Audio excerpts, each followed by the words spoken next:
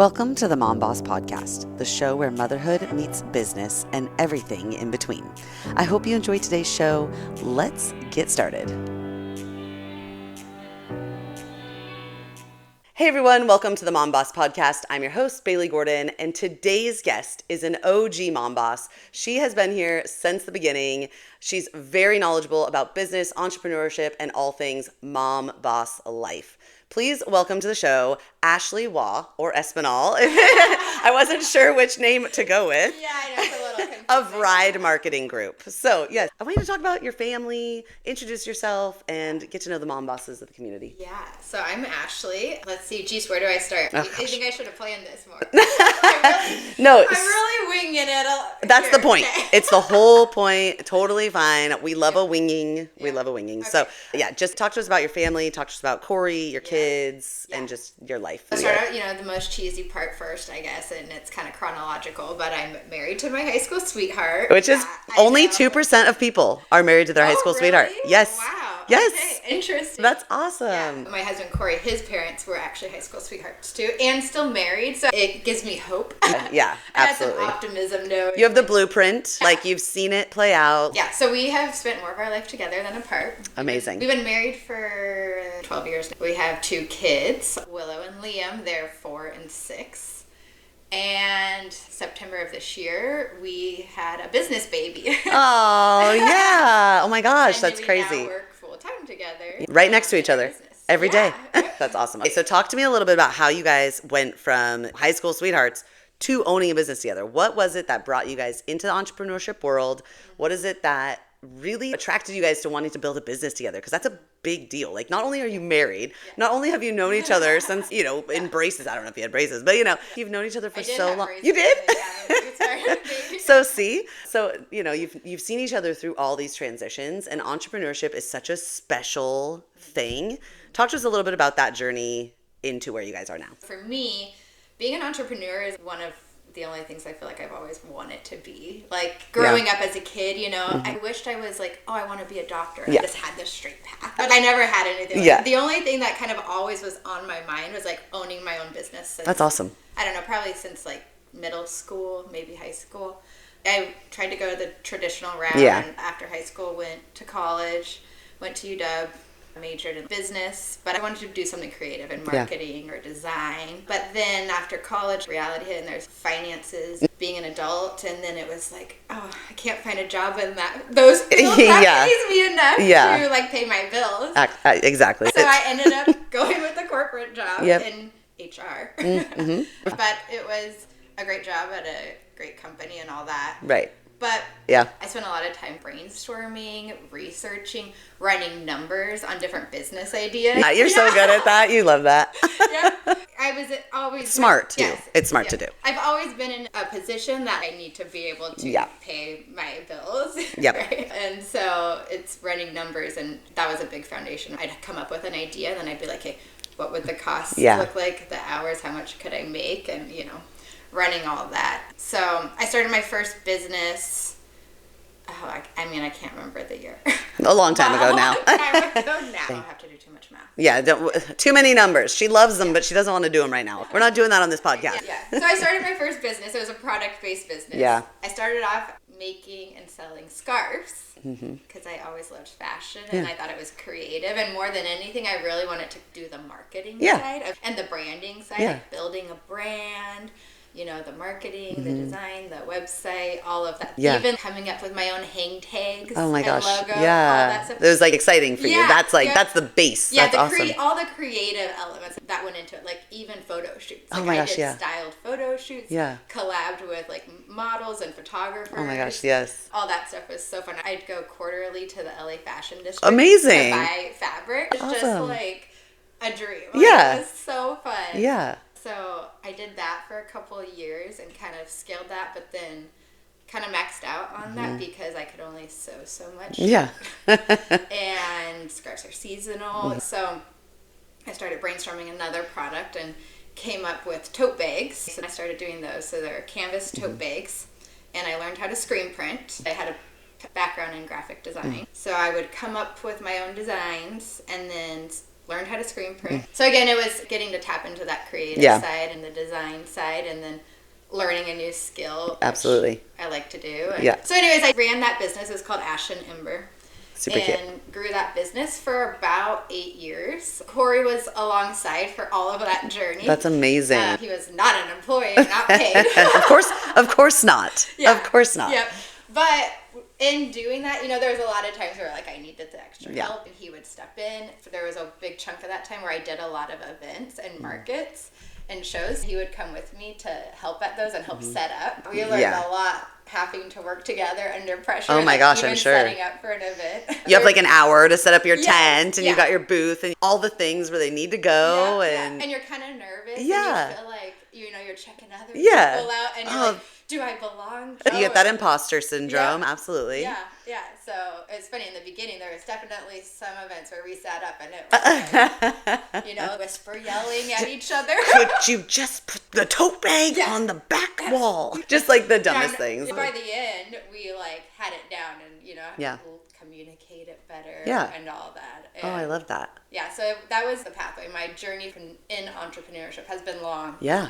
And if it weren't for all those years, I don't think we'd be where we are now. I ran Ash and Ember for about 8 years till after I had my second kid, Liam, and I decided to close the doors. I wanted to put a bookend on it rather than it just kind of draining out. Yeah. But I knew that Corey and we knew like a long-term goal was to work for ourselves, both of us, full time. That's been a goal for a long time, like probably at least 5 years. We weren't sure what it would look like or when it would happen, but like the long run goal was someday we'd be able to be. You could envision that for yourself. Yeah. And what is his background? Is he a background in marketing, SEO, those kinds of things? No, so Corey's background is in sales since high school. So 18, he's pretty much been in selling ice to an Eskimo kind of thing. He started at a cell phone carrier store, sold cars for a little bit, but then he got more into B2B professional sales and then even enterprise level sales. And so kind of worked his way up into whole sales career. Yeah. But then most recently, like the last 5 years prior to starting Ride, he was working for a bigger marketing agency doing sales, and he started really loving the SEO side and learning about the digital marketing and the services the company he worked for provided. He still loves sales and all that, but fell in love with SEO working for that company. And he's always been a techie guy, like he loves tech stuff. That's awesome. I am not. Yeah. If you saw me plugging in the microphones. A little bit I am, but not a ton. Yeah. But he loves keeping up with the latest tech. That's awesome. So whose idea was it to go into marketing and start Ride, and then talk to us about where the name Ride came from and what it means? Yeah. So it actually was Corey's idea. That's awesome. Sometimes I almost forget. It feels like, something I would have. Yeah, you're like, I'm the entrepreneur here. Yeah. Yeah, but he was working at like this bigger agency, and they got acquired. They got by a bigger company, and a lot of things changed. Like, as happens sometimes when companies grow, the customer service sometimes suffers from that. So he was having unhappy clients. The promises they were made weren't getting fulfilled, and he would try to help them out, but then he'd get in trouble because his job is supposed to be sales. And he's, doing his job. Work, then he's not selling. He had a vision that, what if, like, we could do this, like everything that this company is doing, like we could do, and also make sure, like, provide the service, but make sure that, like, the clients are getting taken care of. Yeah. And have more of a boutique approach to what the bigger marketing companies do. Yeah. Like, we could execute the same services at the same level, but with a more personal boutique approach. Yeah. Oh my gosh, that's awesome. That is so important. We talk about the importance of supporting small businesses, but you forget sometimes that being a small business is just as important as getting that support. It's like having that personal touch, being able to text your client and have those just offhand relationships is so vital. It's the lifeline of small businesses. And so that's how smart. Like, I'm so glad that you guys did that. And now talk about what Ride means. Yeah. So we had the idea for the business, and he kind of started like picking our softwares and working with them and learning all of them and all that. And then we were actually in Portland one weekend. It was actually for his birthday. So we were in Portland for his birthday without kids. Ooh, fun. Yeah, a little Portland night getaway. And we were were sitting at a brewery outside in the sun and trying to come up with names. Yeah. And talking about, like, hey, what's our business? What do we do? What are we providing to clients? Yeah. Always better with a cold beer next to you. Yeah. We're looking around and nailing it down. And, like, you know, Portland, there's a lot of bikers. And so I was like, what if there was something with biking or a wheel, a cycle, right? And then I started thinking of acronyms. Came up with RIDE. And RIDE is actually an acronym, and it stands for Raise Interest, Demand, and Engagement. And before coming up with that, we had been talking about trying to describe what we do or the results of the services that we were planning to provide. Right. It was like, okay, what do we want our clients to get out of this? Like, they're hiring us so that they get more visibility, so that they get more clients coming to them, so they have more interest and eyes on their business, right? We had been brain dumping all of that, and then, you know, the bikers inspired me, the word ride, and I was able to align put those words. Oh, that's so cool. I love hearing the creation of people's business names. Like, it's so special and it's so personal. And it's not just like you were like C&A marketing. Like, you know, it's like that. We had a lot of boring. You could have gone with that, but you really dove in and you bought into the ride. You got the bike for your photo shoot. Well, I love a branding opportunity. You're so good at it. You were on the lookout for it and created that. You manifested that for your guys' self. That's really, really cool. So talk about the journey into going full-time entrepreneurs. What types of things did you do leading up to that? Help you feel confident to be like, all right, we are parents to 2 young kids. Talk a little bit about that into the full-time ride marketing group decision. Yes, I think we started very small, kind of ironing out, like, okay, what exactly are our services? What kind of packages can we have? Breaking down all of that. Who could this be a fit for? And we built it. Corey did a lot of the back end work on the software component side, picking all of our systems, the software we were going to use, learning how we would be able to implement the software for our clients, and then even like the websites, we do websites too, researching and learning and deciding what platforms we would build our websites on and all. So he did a lot of the back end work and planning, more of the technical side. And then I came in with putting together the operation, the packages, the branding, building our site, building our brand, image, our logo, all of, I pulled together the creative side of it. And, Corey has a background in sales and has a lot of connections. So we were very lucky with that, which I think is important to share because it doesn't just happen easily. And there's things that I think when something lines up easy for you, you should make sure to point that out so you don't think like it just... We didn't just post... Post on LinkedIn. We didn't just make an Instagram post and we had 5 clients knocking at our door or whatever, right? Like, that's really good to remember. That's good to like consider when people are listening to people's journey. That it's like, oh, okay, they had these connections. That's what gave them the confidence. And that's kind of why I asked that question, is because it is so inspiring that the 2 of you are doing this together. Like you're doing this as your full-time job to support your family.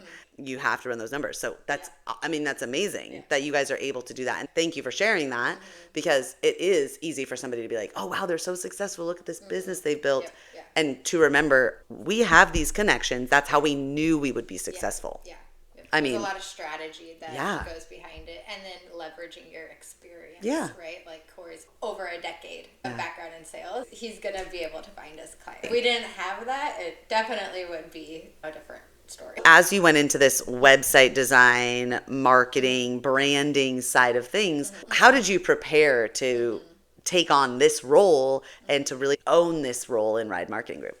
Yeah, so for me, my biggest first step was learning the new website development platforms. We started with one, and I was getting it down, and then Corey threw a wrench in my whole drive and was like, we can't use that one anymore because it's not going to be good enough for what I want us to. Down the line. Yeah. He's like, it's fine right now. But where we're going, we need to use a better platform. I was like, cool. I just got this one down, and I feel like confident and because it's not easy. Anybody who's dabbled, I was just telling you, like I was trying to put a navigation bar in, and it's like, how?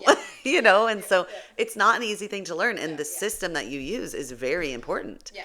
Oh my gosh. Okay, keep going. So it was really like fine-tuning that and just tapping back into my past experience in graphic design. I feel like if you've done graphic design and even, maybe some things with photography using different editing softwares, if you've worked in any sort of, visual design, you get it. Like you get how layers work, you understand different components. It's easier to pick up. I had that background, so it wasn't like I was learning this from scratch. Right. But that was mostly what I did to prepare myself. And then Corey's like, all right, we have a client. You're building their roast. I was like, okay. Here we go. It's time. Yeah. And but it's always figuring things out. Totally. Is a huge part of entrepreneurship. I taught myself how to screen print and how to burn screens in my bathroom. Yeah. So you just you learn as you go. And those skills that you've acquired over time, I feel this way too. Like you're adding skills to your tools to your toolbox. Now that you've got this business, maybe you understand the importance of a cute tote bag for your clients. Yeah. Instead of going out and buying the whole screen print setup, you're going to make the connection with somebody who's going to be able to make those for you. I want you to talk about how important community, connection, village, all those things, what it has meant for you, for your business growth, for you as an entrepreneur. Focus on now, but as you've built up to this point too. Oh, so important. I mean, with my first business, I would not have stayed in business or kept going if it weren't for communities and programs that I found. With my first business, I was, we lived in Seattle at the time, and there's there's more resources, when you're in a city. Big city, yeah. And I found this nonprofit organization, and they offered a ton of resources. It was, it's a bigger nonprofit. Like they have a staff of 15, 20 people. And they have different classes every quarter. They have incubator programs. They had a store at Pike Place Market. If you're a product-based business, you could apply to have your products in it. I worked with them throughout my Ashton Ember days. That's awesome. Through everything from taking accounting classes through them to marketing classes through them to with that program, I was able to do my first wholesale trade show and learn how to wholesale my products and how to create the invoicing sheets and all of that. And so, but more, not just the technical side of learning, the peer support. Because every week I would go to a class or whatever, and it was like, oh, there's other people here like me that have these crazy ideas and want to build their own thing, and I'm not alone. Yeah. Because otherwise, as an entrepreneur, you might be the only person like that in your world. People don't get it. It's not just a hobby. Totally. How's that small business you've got? That little job you're doing. Yeah. It's like, no, it's not just a hobby. This is how I make money. I have dreams and visions, and they can happen. It's yes. not just cute. Yes. You know what I mean? Yes. My business is not cute. Yeah. Yes. Oh my gosh. That needs to be on a shirt. Yeah. That'll be the next Mom Boss drop. My business is not cute. Yeah. Oh, that's so funny. Absolutely. I mean, it's so true. Having those peers. And did you go through a little bit of imposter syndrome as you were going through your entrepreneurial journey? How did those peers help you navigate that through the imposter syndrome? That's hard because I don't know if imposter syndrome ever goes away. Totally. It never ends. The thing is with imposter syndrome, you grow and then you reach a new level and then you feel like an imposter on the next level. Yes. Or that's kind of how I have felt. I felt like an imposter, then I grew and I evolved, and then I felt like Totally. An imposter on the next level. And totally. It's almost like you hit your ceiling of what you expected yourself to do, and you're knocking on it because you're ready for the next step, but it's scary. Yeah. And so that kind of, I just had this total, that was totally an epiphany. Yeah, I feel like it's it's you're knocking and then you're like, can I come in? Is that good? Is it cool? And then you get in there and feel confident as you grow, learning the new website. You're like, okay, I can do this. I can do this. And then Corey's like, okay, we're going to do a different one. And now that's where that new door comes in. Okay, can I? And so that's such a good point. You don't really ever exit the imposter arena. You just have to learn to overcome it and find ways to deal with it. I mean, maybe it's a little bit of a sign that you're continually pushing yourself to grow. Totally. I love that. So it might not be all bad. Maybe if you stop having it, which is okay sometimes to stop. Yeah. Right? To stop pushing. Or I think you should always keep You're like, it's cool. I mean, you can do that, but basically you're dead. That's cool. You can stop changing and evolving, but you're a fossil now. That's a really good point. And as an entrepreneur, most of your entrepreneurial life and journey, you're going to want to keep climbing. Yes. You're going to want to keep elevating yourself. So, Oh, I love that. I love that. Like, embrace imposter syndrome almost. Maybe. So it's like, instead of looking at it as a thing that's holding you back, think of it as a thing that's propelling you forward. It's a sign that you're pushing new boundaries for yourself. Yes. Ooh, Yeah. I think that's absolutely important. What was that called in Seattle, that nonprofit? Do you remember? It was called Ventures. What a cool resource. Yep. That's what I hope the Mom Boss can grow into, being a resource for small businesses and specifically moms and women who want to be moms, who want to grow. It's such a good reminder that finding those resources and tapping into them, especially as you're getting started, even if you're not getting started, you're just trying to grow and get to that next level of imposter syndrome. Yeah. Okay, so talk about what kinds of communities you're in now, how they've grown for you, how they've helped you grow, what types of things are helping you push through and things like that. Well, so now, like Mom Boss, that community is a huge support because I'm in this whole new era of being a mom and working. And so I had Willow, my first, and I kept running Ash and Ember because your first kid, I'm like, I'm going to keep doing it. We're going to be that super mom that works and does it all. And a lot of women do, and I did, but it was draining, for me personally. And I had a really hard time postpartum after Willow. In hindsight, I realize now, but it led to me feeling like I wasn't doing good enough at either of my jobs. Totally. And it was hard after I put so many years into this business to feel like, it grew, was doing so good. I had some of my biggest orders. Like I sold bags I got in 2 airport stores. Oh my gosh. And I was like I had delivered 500 bags for like the SeaTac airport 3 weeks before I had Willow. My gosh. So I was like, with my business. Yeah. Right. So I was, feeling at a high, and I was like, I'm gonna keep this momentum going. But yeah, it was draining. And then after I got pregnant with Liam, I kept doing Ash and Murray. And when I got closer to having him, I was like, okay, I'm ready for something fresh. I feel like I scaled this to a point that I was satisfied with. I never wanted to have employees. That was a total solopreneur business, and that was all I ever wanted it to be.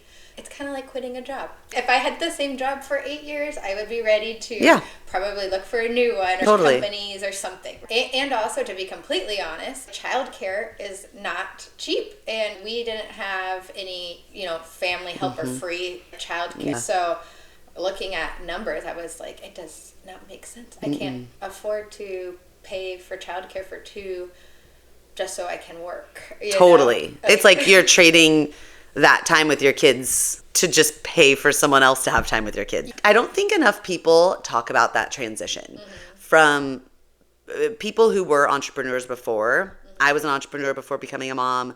You were an entrepreneur before becoming a mom. But I went full time because I was a mom.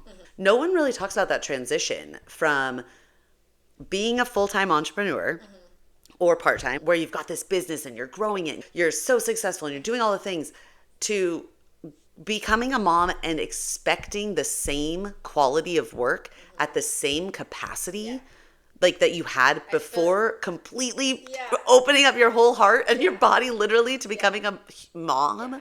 Why would we put that expectation on ourselves? Like, why? Why do we do that? Let's stop. For optimism. Yeah.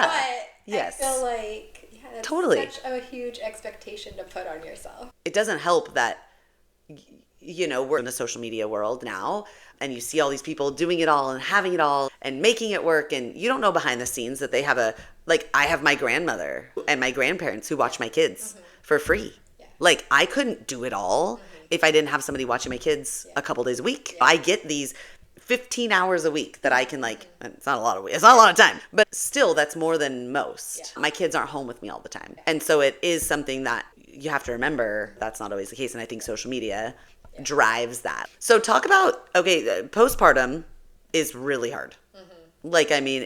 And you don't really know it until you've been able to take a breath and look back. I think you and I are both probably our kids are the same age. Yeah. And so you kind of are finally talk about that transition just recently, like in September, how you're back to work, you've got your own business. Talk about how that's made you feel, like that little extra pep in your step, how you found that for yourself again, what's given you that confidence. Just kind of talk about that whole experience going from postpartum, stay-at-home mom, kind of drowning in things to, okay, I'm up for air and you can be too. Yeah. Like those moms listening, Yeah. like Yeah. it'll happen for you too. Yeah. I mean, again, in hindsight, I'm so grateful for the time that I got to just be mom and to kind of, I think, heal myself, focus on the kids. But like, whew, it's not a pretty journey being a stay-at-home mom. No. It's not glamour. No. There's many afternoons, spent sitting on the floor with everyone crying, including myself. Your husband comes home. What is happening here? Well, see, Corey worked from home. Oh, yes. For this whole That's probably COVID stuff. So he worked remote. Really, since we had kids, he's worked from home or remote. So he has had a front row seat. Yeah. Granted, he would work from home, but he'd be locked up in the office, but he could hear, which actually played a big role in us making this decision to transition. Yeah. He saw and heard how hard it was every day. He got it because he could hear it. Yeah. Right? And so he had a lot of understanding and empathy for me. And I always wanted to work. It was never like, oh, I want to be a stay-at-home mom now, and that's like, which, like, that's great if that fills your cup, but I still had this burning desire to work. Corey and I kind of came up with the ultimate vision, like what would be our ultimate scenario, because with me being home with the kids, we did see the value of that. The years go by so fast. There were so many things I was like, my heart might break if they were gone from us 40 hours a week so we could work. Right. You know what I mean? Yes. Like, especially after getting to be home with them.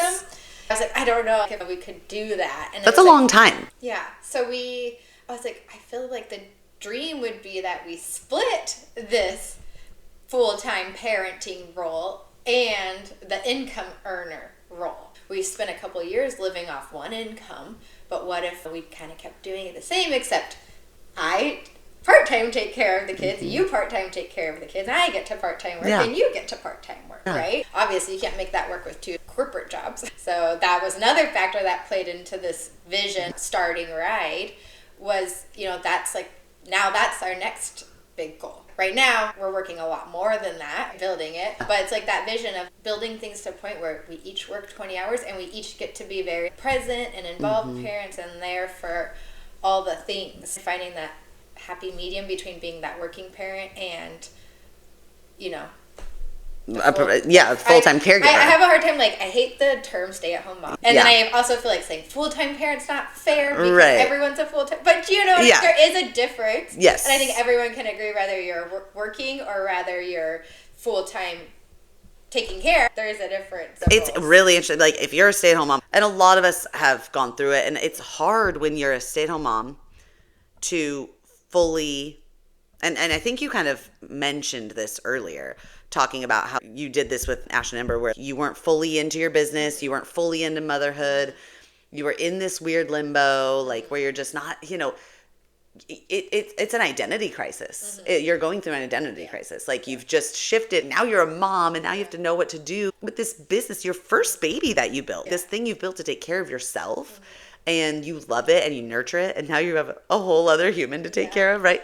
And so, I mean, just that transition in itself is like a huge, huge, huge transition. But I want you to kind of talk about, what does a typical day look like for you now that you can commit yourself a little bit more to your job and then turn it off and go to your parent? Like, what does that look like? How do you guys do it? I'm curious, because you guys, from my perspective as someone who doesn't live in your home, lives outside your home, sees, you guys interacting from the outside, it seems like you guys you're figuring it out. Like, you're finding ways to be present for your kids and also be very successful in your business. Yeah, I mean, we're still working on it. Yeah, of course.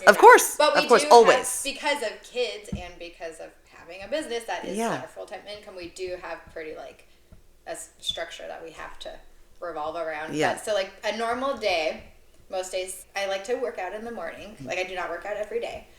That's something I've had to change and adjust, because I also been working hard on prioritizing sleep and, being a mom. I feel like I'm still catching up from 5 years ago. Yeah, just this extra hour of sleep is making up for the time I got no sleep. Yeah. So my ideal week, I go to the gym 3 days a week, 3 mornings a week. And the ideal, I get up at 6, go to the gym at 6:45. Come home, get ready. Normally Corey's getting the kids up and making everyone breakfast while I shower. And then we get Willow out the door. Wow, It makes my head just like, I know. I'm tired. I know. I'm only at 9 Isn't that it? Like we have barely gotten Willow out the door and I'm like, exhausted. What do we do? Like, but isn't it crazy? It is like the same routine every day. Yeah. So we get Willow at the door at 9. Then we come back in. Normally, either Corey or I will work. It depends on, like, we block off certain times for meetings. We have meeting availability from 9:30 till 11. Usually one of us has something on the calendar for work, and whoever does, then that person's working. The other person is taking care of Liam. So in that time, we're kind of like transitioning Liam, maybe playing a little bit, and then we'll transition to getting him ready, get him dressed, and then by about 11, we're making lunch, one of us, depending on who's on parent or working duty, making lunch for Liam. And then he leaves for school at like 11:40. And Corey takes Liam to school every day because anytime I take him, he cries still, which is very hard. Wow. Dang, still. Yeah, yep. So that's a real mom moment. Yeah. Like because he just started school. This is his first year going to school. He was home with me up until this year. Yeah. So normally Liam takes him because it literally still breaks my heart if I go and drop him off. Talk about mom guilt. Oh my gosh, it's heartbreaking. So Corey drops him off, then 12 to 3:30, 3:45 are what we call our golden hours of work. So that's the only time every day that we don't have kids in the house. So it's the only time both of us are kid free, and those are our really like solid quality work hours where we get the bulk of our where the goal is to get the bulk of our work done. Yeah. And then 4 o'clock, normally Corey picks up Liam. I get Willow from the bus stop.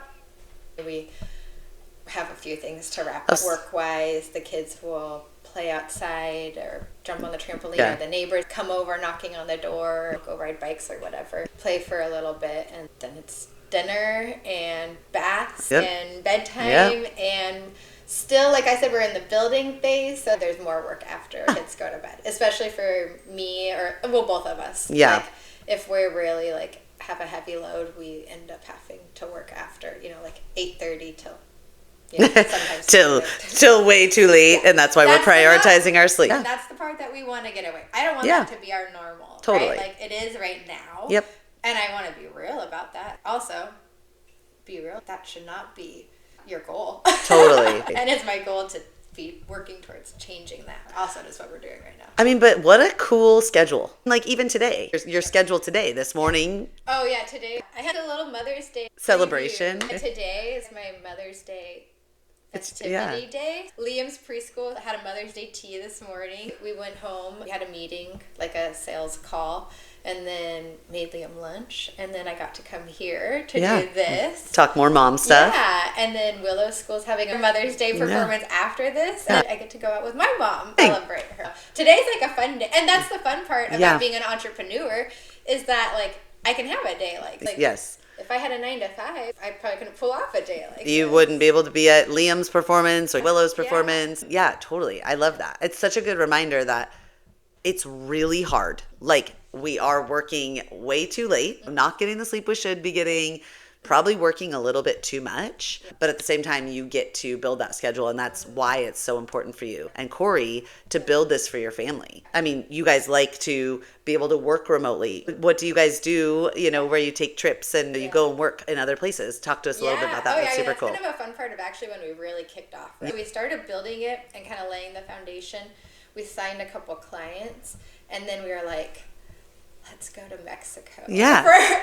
But not on vacation. Let's remove ourselves from the day-to-day and all the life distractions. And we decided to go to Mexico. We're like, what if we go for a month? And, we rented an Airbnb. We ended up being there for about 6 weeks, a little over 6 weeks. And Corey took all his PTO because he still had his full-time job. So we're like, what if you just use all your PTO? Yeah. The goal was that he would be leaving soon anyways. We'll just work on the business, but also get time off and feel like we're on vacation. Yeah. We always like to take a vacation in spring, focus on growing the business. It's almost like a little mini incubator. It was. Work. It's like your own project. You go and you just immerse yourself. That was my goal for the Mom Boss Retreat. Yeah. Like that. It's like, get away from those distractions. Mm-hmm. Yep. Like, you want to work on your business, dive right in without looking at your laundry and be like, I should really be doing that. Yeah. I should really do that. Yeah. Like, I think inspired. Spark a lot more. Yeah. Oh, that's so cool. I mean, what a fun story. Yeah. Like how cool that you guys have grown up together. You've grown this business together. What are some of the hard parts about working with your spouse? Some of the challenges that you found? Not to make myself sound like a monster. No, it's totally fair. It's just natural. Yeah. So no one's, we're all, you guys get it. We're all human here. It's all moms. My brother listens every once in a while. Corey might listen. We love you, Corey. Yeah. Talk to us a little bit about like some challenges maybe that you face, or like things that you've had to really push through, and boundaries you've had to set in your business to not spill over into your personal life. I'm kind of curious how you guys set that up. Yeah, I mean, it's not easy, and it should come with caution before considering going into it. But for us, we had a lot of years under our belt being married, and we went through some really hard years, like where we had to, it was like, I don't know about this. Like and I think everyone in every relationship does. Like, I think that it's normal. Yes. So I don't feel weird saying it, but. And I'm glad you do. Yeah. Like, I mean, like, it's so easy for you to be like, I've built this business with my best friend and we never fight. And I'm heavily medicated. I mean, like, if it's all perfect, I might be more concerned. Yes. Yes. Thank you for sharing that real. If it's like all perfect, and there's not a lot of depth. Yes. Right? Totally. Like, it's very surface level. So we went through some really hard years, but to get out of those years, we did a lot of work on our marriage and on our relationship. So like through our church, we joined couples groups and did different like marriage Bible studies, found really good community, other couples that had like healthy relationships that we admired, and could kind of role model after ours, like we wanted ours to be, which I think is very helpful, being around other people who have a healthy relationship. Yes. And then we also went to therapy, which is like, that was the game changer. I highly recommend couples therapy, any therapy. Yeah, all therapy. I also second all the therapy. I have done individual therapy before too. Yeah. Which I also I did it after both. Well, no, before kids and after kids. But when we were going through our hard time in our relationship, we went to couples therapy. Yeah. And that was like, it just really changed things. Like so many things that were just like issues that happening over and over and over again that we just could not make any progress. Yeah. It's like when we did that, and the therapists we worked with were great. It was really focused on tools and resources, and we'd have homework and do exercises. So it was really a learning. Immersive. Not just like, let's talk about our feelings. Like there's actually very little like talking about, and more like, let's practice working through problems. Let's practice being better communicators. Let's learn how to advocate for ourselves better. And like we learned so much through going through that and being able to really, I think the biggest core piece is communication. How to communicate better with each other, and then take ownership over like, okay, what do I need? It's my job to know what I need. It's my job to communicate that to you. Right? And then I can only control myself. Can't control you. I can't change you. Learning to live in those roles and that space. And then so much of that has helped with starting our business and working together, because if we were still working through relationship issues that we were, 5-6 years ago, this would be like a hot mess. Like, there are days that it's hard, and there have been times where we disagree over something. But you have the tools to get you through it.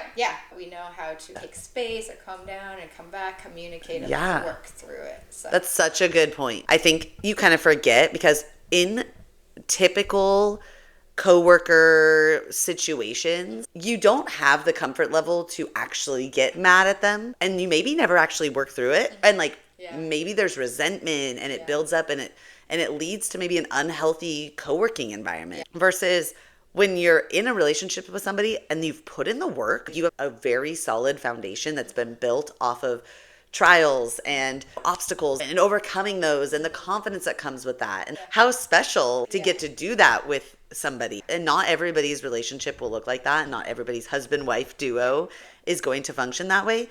But I think what you're sharing today is so vital for people. What would you say your advice would be for a couple that wants to go into business together? They're new, they're green, they're building it out. What advice would you share with them? I think I would say make sure your relationship is solid first. Yeah. And make sure to hold a strong boundary between your marriage and your business. If the business ever starts negatively impacting your marriage, it might be time to pull back. Yeah. Right? your marriage should be the foundation first. Yes. And the first priority. Even for us starting the business, it's all for our family. To keep our family strong, we need to keep our marriage strong. It's cyclical, like a wheel on a bicycle. Yeah. It all, like, in order for it to all work properly, it all has to be aligned. It all has to be oiled up and good to go. Like, wow. You're so on brand. I love it. Let's keep riding. You are so on brand from family life to work life. Amazing. Thank you for sharing that. Thank you for being honest about what it looks like to build a business from the ground up, something that you're doing full time. What is it that you love the most about your job? What is it that you're like, oh, this, besides the obvious things like doing this and having the freedom, about your physical job? What is it? Well, to be honest, for the first time in almost my life as an adult, I love what I actually do. When I'm sitting down at the computer, my tasks, sure, every once in a while, there's things like you get annoyed or whatever. Yeah, it's a job. It's still a job. But I don't have the Sunday scaries. I don't dread opening up my laptop. I love building the business and strategizing and all that, but then I also love like when I'm sitting down and designing a website. And, like, doing the technical side. You know? So I feel like I love my job, and I've never really fully felt like that in any other job before. That's really cool. You're like hitting your zone of genius. You're like, and then like obviously you get that feedback too from clients. I'm sure that gives you that extra like, ooh, you love what I built for you. That's super fun, because as a creative, you probably just love sharing your passion and your art with the world too. And a website design is art. It's meaningful to you too, which gives you that extra boost. I feel like it's my opportunity to make a business shine. Yeah. When we build these websites, we go deep into this person's business. We get personal. Like we have an hour we call our cycle call. You know, love it. It never stops. It never stops. It never stops. So we do an hour cycle call, sometimes an hour and a half. I get to deep dive to learn all about them, their business, who they help, what's like their secret sauce, and then like getting to translate that into their website and like making them shine. I feel like every single business and client that I've worked with, I fall in love with them, and I feel like it's such an honor and a pleasure to make them like, you're so awesome, and I get to make you look that awesome. I get to take that and translate it. Oh, cool. And I that's definitely one of my favorite parts. It's so fulfilling. Totally. It sparks that joy. What a testament to working with a boutique marketing agency. Like, how cool. Because you could easily just be like, here's a templated website. Here's this quick intake form. You know, how boring. And like, how impersonal. Yes. And in this, like, you get to deep dive. You get to know them on a personal level. Oh my gosh, how special. Talk to us about your ideal client. Who is it that you're talking to? Who are the type of people that you're going after? What types of businesses are you looking at working with? Who do you bring on in the Ride community? Yeah. Ooh, you know, that's a tricky one. I mean, it's hard. You guys are just getting started. So we have just spent a lot of time going like back and forth on niching down. Or niching and how, you know, because there's so many ways that you can do that, right? Totally. So our business, we kind of have two main arms. We have websites and then SEO, and then like also doing them together, because like they go together. Sometimes we'll have clients that just get a standalone website, or we have clients that we're doing their website and then we're doing ongoing SEO work. So it's kind of like the two usual types of clients we have. For the clients that come to us for just a website, it really could be almost anybody. I think it's when your business is at that point where you're ready to level up your presence. Maybe you're ready to go from that DIY simple site that you made as a placeholder, and you're ready to like really level up your online presence so that you can raise your prices, maybe. So that you can book more clients, so that maybe you have a more streamlined booking process rather than, you know, DMing or texting people. You need a site that's like can answer people's questions, so you're not right, and has a form and has the capabilities for you to build out a funnel from your website, and you're ready for that next step. Where do we sign up? No, I'm just kidding. Just kidding. We'll talk about that at the end. So the website client is really anyone like that. That you're kind of ready, like you've grown beyond the DIY site, and you're ready for more. You're looking to increase your rev. You want to raise your prices maybe. And an improved website can help justify and validate those prices so easily. And the other type of client where we're doing website and ongoing SEO, we do kind of have more of a niche. Those clients are usually either in the medical space, so it could be a med spa. We have a private primary care physician.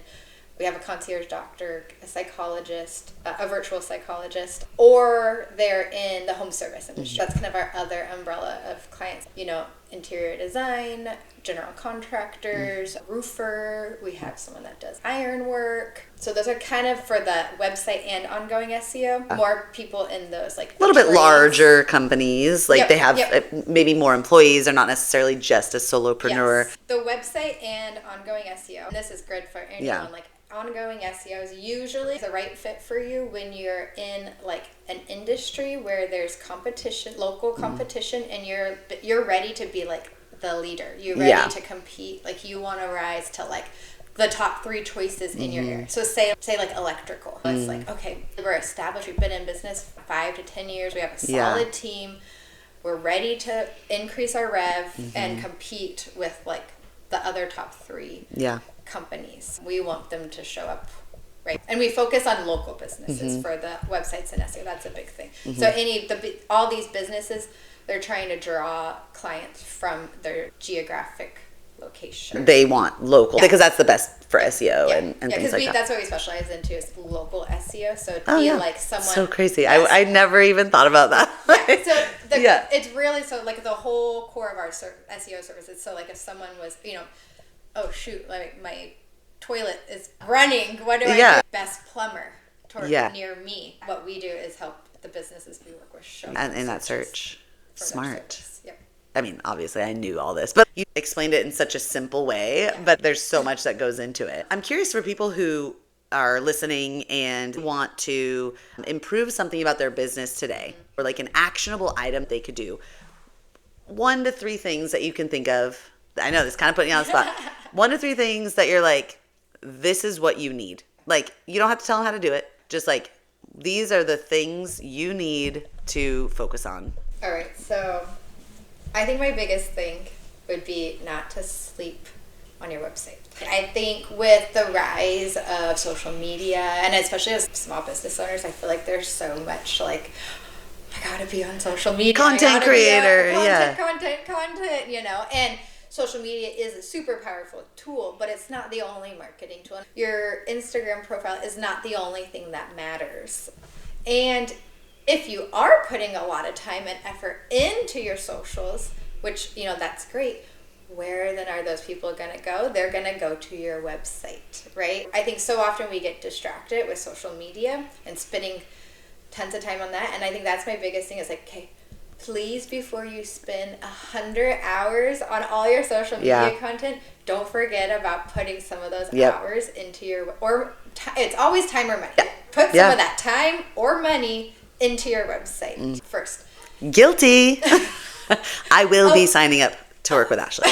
A lot of people, it's hard. But even, like, especially when someone has a good following and they're working really hard on that content, and then I look at this and it's a tree link, your website is the foundation of your marketing effort. And it validates you before someone works with you. There's a stat, and I've shared it before, and it's insane. I think I shared it on a story recently. I think it was like 85 or 90% of buyers or potential clients, they're gonna look at your website before deciding to work with you. So when someone comes to your website, is it making your business shine? Is it shining you in the light that you want to be? Your website is your digital storefront. So pretend it's like if you had a brick and mortar and the paint was chipping, a window was cracked, or there was leaves and cobwebs.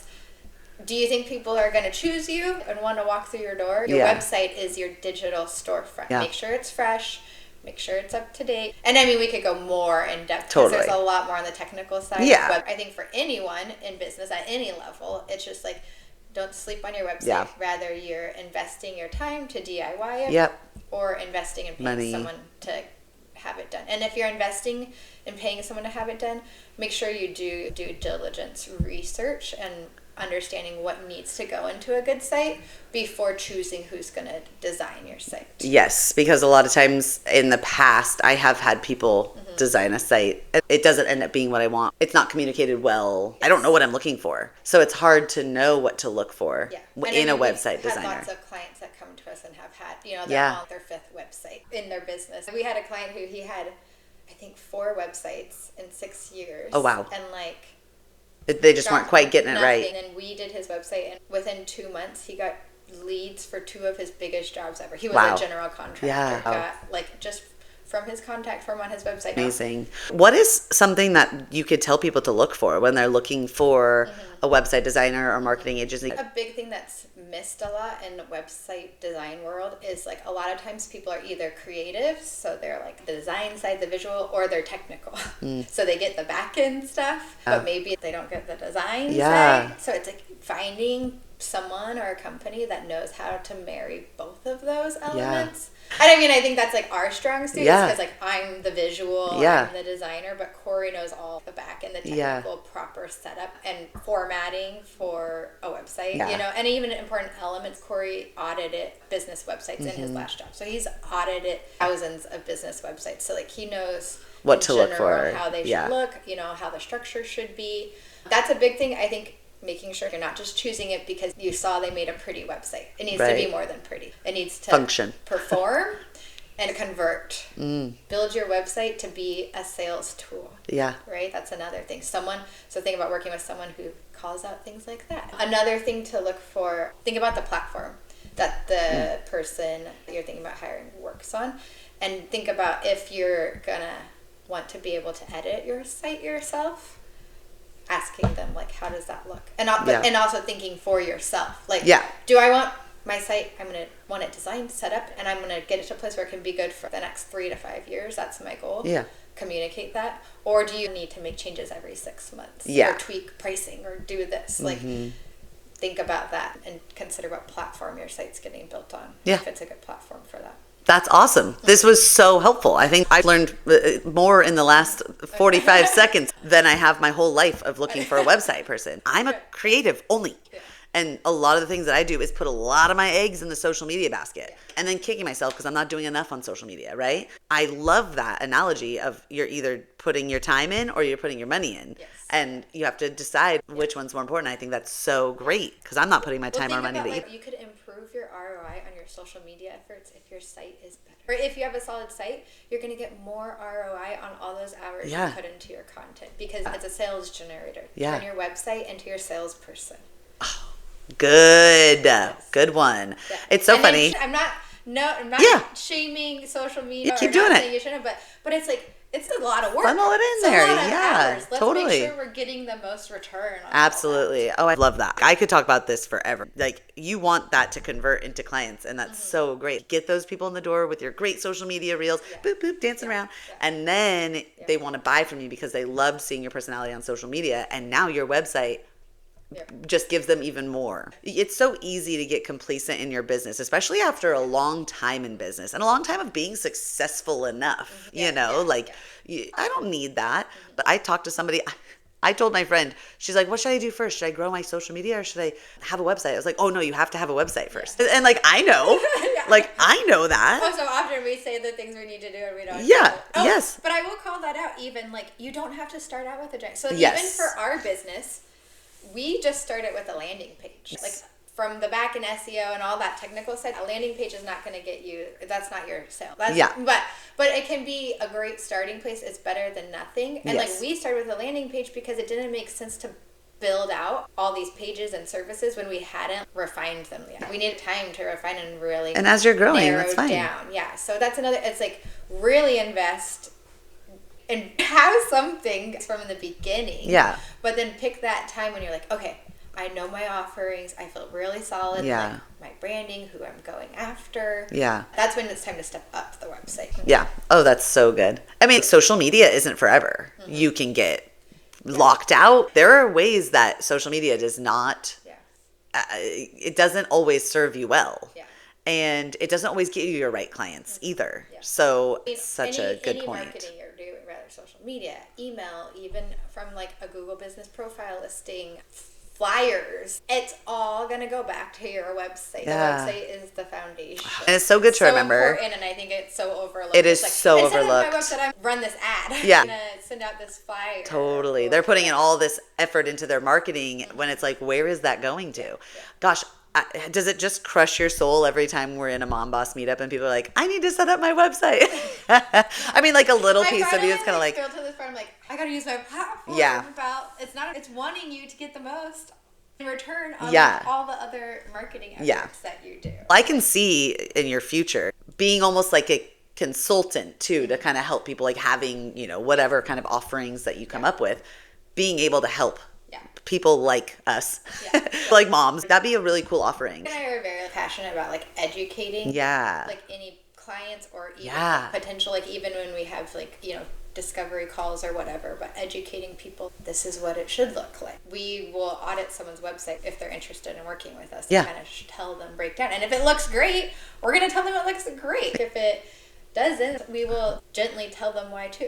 I love that. Well, and you guys did such a great job. For those who are not active members in the Mom Boss Meetup, having you and Corey at the Mom Boss Meetup and sharing about SEO and the importance of keywords and all those things. I mean, how special that we got to have you guys come in and do this incredible presentation, a wonderful event, SEO speed dating. It was very well put together and well done. You could tell that it's a passion of your guys's to like teach and like truly help people get it from a basic fundamental level. You want them to know the foundational information before they move forward. And I think that's so special and so hard to find in business. So I'm really excited to see how you guys capitalize on that moving forward. I think it's foundation of just entrepreneurship. Maybe it comes from being an entrepreneur for so long. I really believe as an entrepreneur, you need to know a little bit how to do a lot of things. Totally. And you have to lean on community. It doesn't mean that you do it all yourself. Before you hire out anything, you should know, like, I need to know enough so that I know if it's getting done good or not. Yeah. Right? Yep. Before I spend my money with you. Totally. Yeah. I love that. Okay. I wanted to read you your birthday book. I think I've read this to you before, but I'm going to read it to you on this platform. Isn't it so cute? This was my great grandma's. Okay, let's see what we got. You are a real humanitarian in every sense of the word. You are as good a leader as you are a follower. You are talented and know your faults as well as anyone, chief among which is a tendency to procrastination and hesitation. Ooh. What I love about this book is it will call you out. Yeah, it does. But in a good way. Yeah. Where it's like you're talented and you know your faults well. Yeah. Is that all of it? Yep, that's it. Yeah, that's it. That was good. Isn't that crazy? It's just like a few sentences. How does it make you feel? It makes me feel actually good, like validated. Yeah. Like the leader and follower part, I feel like, oh yeah, that's spot on. And in this role now, I've realized I'm having to step back into more of a leadership role. Yeah. Because we're growing our team and working with contractors and have, plan to hire like a W-2 employee soon. And it's like, oh, I'm like have to be a leader. There's a lot of leadership that is expected of you. Yeah. Role as a job. So that's interesting. That is interesting. And then the knowing your own faults. Yeah. More than, or whatever it says. Yeah. Knowing your own, That's 100%. You are talented and you know your faults as well as anyone. Yep. I am always my biggest critic. Yeah. Well, and probably that's where the hesitation comes in. Classify it as analysis paralysis. Yes. And that's probably the procrastination. Yeah, analysis paralysis. Yeah. Totally. Yeah. Oh, I feel that so deeply. What's Corey's birthday? I'm interested. August 15th. Okay. Oh, he has, is that wrong? No. Does he have two birthdays? What is happening?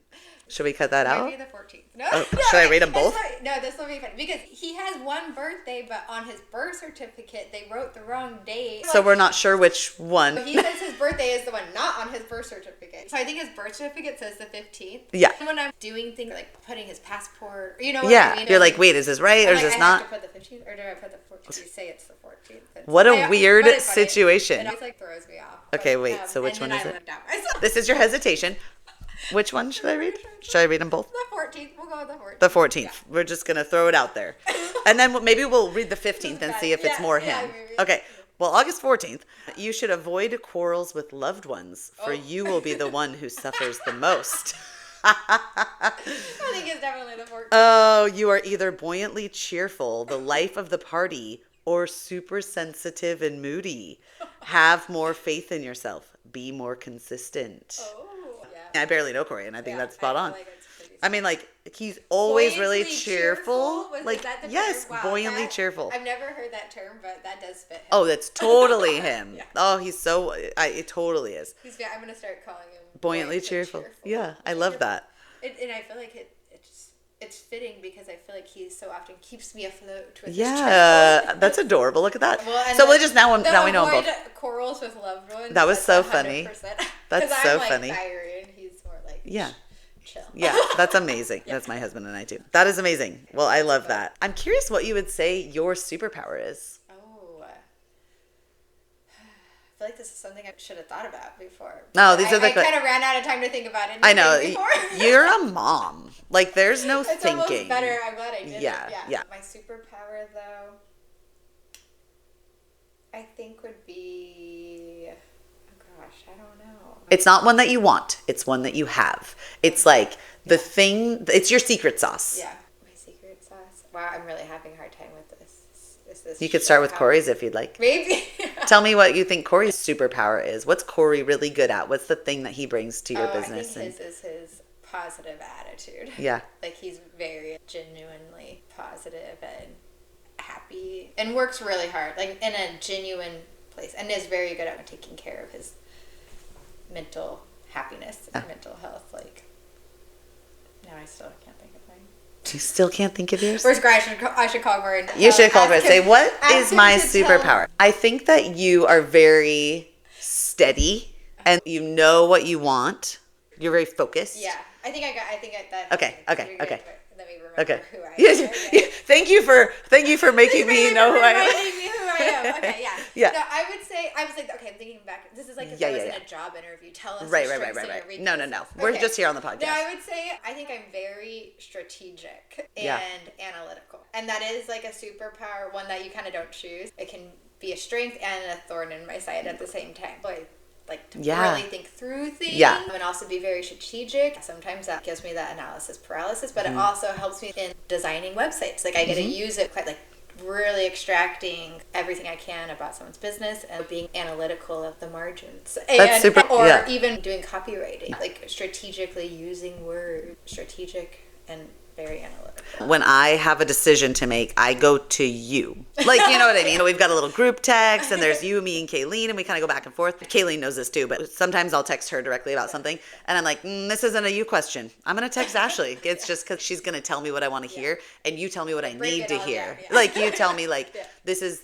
You'll say something that's totally not even on my radar, and it's really nice to have people. This is why I'm so obsessed with the Mom Boss community and what we're building here, and you've been a huge part of that, and I'm really thankful for like you taking this interest in the Mom Boss group and almost liking it as much as I do. You feel as pulled and drawn into it as I do. Its success and growth, and I'm so thankful. I know the power of community. Yes. Believe in it wholeheartedly. Yes. So, and like just even meeting you and like getting to know you over the past year, it really is game changing and it's life changing because it's like, you know, as a mom, you're so in this silo of either raising kids or building your business, whatever, you know, you're doing. Yeah. And you don't really get to meet other moms in that same situation. Like, it's like, I either have mom friends or I have business friends. Yeah. They don't do both. The same. Because there are so many wonderful and beautiful women's groups out there and business groups just for both men and women. Yeah. But they just don't touch on the same things. Yeah. And that's why we have a lot of overlap with Empower PNW or the CEO Society. People can go to multiple networking groups because there's just a different vibe about each one. We really have a lot of the same, like, pull of the same vibe of people. Yeah. But I feel so fortunate that you're in our group because it's so important to have community. You just don't know it. Until you have it, you don't really realize what you were missing. Definitely. So just a thank you for being in the community. In a community where you feel like you can be your full self, like you can be the mom and the business owner. Yeah. Because even me, I feel like sometimes I'm, you know, at a Mom Boss or event or something, and I'm like, oh, I'm being that, and then I transition to another group or even just a client meeting, and I'm like, oh wait, no, I can't talk about my kid. I can't be playing Blue's Clues in the background. Yeah. Or, you know, well, like even today, I ran home from the tea. And I was thinking, but then I was like, these people, I don't know if they're parents. I don't know. Like, I can't say, I was just at Mother's Day tea. You know what I mean? I'm like, oh no, I got to be like business owner, actually not full mom. Like sometimes you just can't be both. Sometimes you have to wear one hat or the other. Can't wear both hats. And but in this community, you get to be your whole self. Yeah. Oh, I love that. Yeah. No, I'm really happy that you're part of it, and it's just so special. And you know, I want to make sure that we give you some time to talk about where people can find you, how they can connect with you, and just give you some time to relax after this podcast because you've got like 100 other things to do today. But talk about. This is actually like life giving. Yeah. No. got to do Isn't it fun to Yeah. chat? Really get to reflect on what you've Yeah. built? Like, you don't get to do this in very many spaces. Well, I really value one-on-one conversations too, which I mean, I guess this isn't one-on-one. Yeah. All these people, hi. Okay, but first I want to share a story. Oh, yes, share. About you. Oh, about me. Okay, I I'm was ready. thinking, as you were talking about the mom boss and like meeting other people, and it's funny because I started working really right around the time Mom Boss started. I was getting back into starting a business, and it was funny. It was actually at that first Mom Boss meetup. We wrote like BHAGs. Yeah. And mine was literally go full time in our business in September. We actually did. Yeah, that's 6 months later. Yeah. It was 6 months and later. I thought it was a stretch. Yeah. It was a BHAG. I Yeah. didn't really think it would happen, but it did. So I've really been on this back to work journey right at with this as Mom Boss has grown. But that's not my story. Yeah. So it's funny, but meeting other moms at that first meetup, it was so random. I knew no one. I saw someone shared the post on Instagram, and I was like, oh, I feel like this is what I need, because I was getting back into entrepreneurship, but still a mom. But I only had like mom friends or working friends, no entrepreneur friends. And so I was like, okay, it's kind of scary, maybe crazy, like I'm gonna go by myself, or I know no one. And then you were there, and it's funny because I actually had kind of met you before. Yes, which is crazy. Our kids had been in dance class for like a couple months when that first meetup happened. Yes. I don't think we ever talked. My husband took him. Yes, a lot. There was one day you came and your sister Emily was there. I think you guys always like had, your whole little crew. Oh my gosh, yeah. You came in and you pull out of your backpack a mason jar, homemade Captain Crunch. Homemade cinnamon toast crunch. Yes. And you were like, oh my. I made these today. Do you want to try some? And I was like. Was this before you had met me at the Mamba? Oh my gosh, yes. And I was like. Oh. She's and it was that one mom. of those moments where I was like. She's that mom. Yeah. Like, she's that Instagram mom. Yeah. And I was just the Pinterest mom. Like, I'm not worthy. Like, that is so funny. But it's so funny because, it goes to show us, like, not judging anyone's highlight reel or Instagram. Yeah. Because you are so, like, down to earth. You do it all, but also you're so human, right? You're real, like, too, which I love. Do you remember that? Bailey with her homemade Captain cereal Crunch. They looked really good. And I was just jealous. I was like, how did she have time to make that? It was avoiding other tasks I was supposed to do. I was probably supposed to work on my website, and instead I found this sourdough discard cinnamon toast crunch recipe. Oh my gosh, that's so funny that you remember that. And I remember you showed up, and I saw you at the Mom Bus thing, and I was like, why do you look so familiar? And we could not, I was like, I know. but then you said your daughter's name Willow, and I have a daughter named Willa, and I was like, that's when it clicked with me. I could have been friends this whole time. What a funny story. And if you ever make any more of I the will. cinnamon Captain Crunch, you'll be the first. I'll take an order. Thank you for sharing that. Well, I really appreciate you taking the time today. Can you tell people where they can find you, how they can learn a little bit more about, let me guess, it's going to go to your website. Talk to us a little bit more about how they can find you. Website, yes. I am on Instagram somewhat. I love your Instagram. We do not do social media for our business like we do marketing.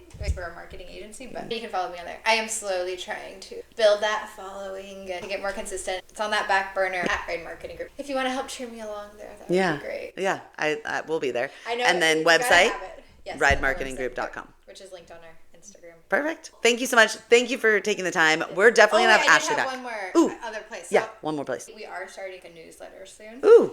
And it's going to be really focused on marketing tips. Oh, like cool. Kind of like weekly tips and advice. When do you think you'll launch that? The goal, I would say Q3. So keep an eye out for like email signups for that soon. It'll be our way to share valuable things. A weekly tip, something you could do for your business if you haven't done it. I love that. Little housekeeping things, things that you can do today or work towards doing. Or maybe they should book a branding session with their favorite branding photographer, which is another fun way to make community connections. Like, right? It's like, I'm a photographer. I want to do more branding. You're a marketing agency. You guys want them to have good pictures. I love when people have good branded photos. Yes. So it's like recent branding. Yes. You never know what these connections will bring when you're part of the community. So. Thank you, everybody, for joining us today. Thank you, Ashley, for your time and your knowledge. I cannot wait to have Ashley on again as she continues to grow her business and share even more resources and things that she's putting in her newsletter. Thank you. Bye. Yeah, we wave. Okay.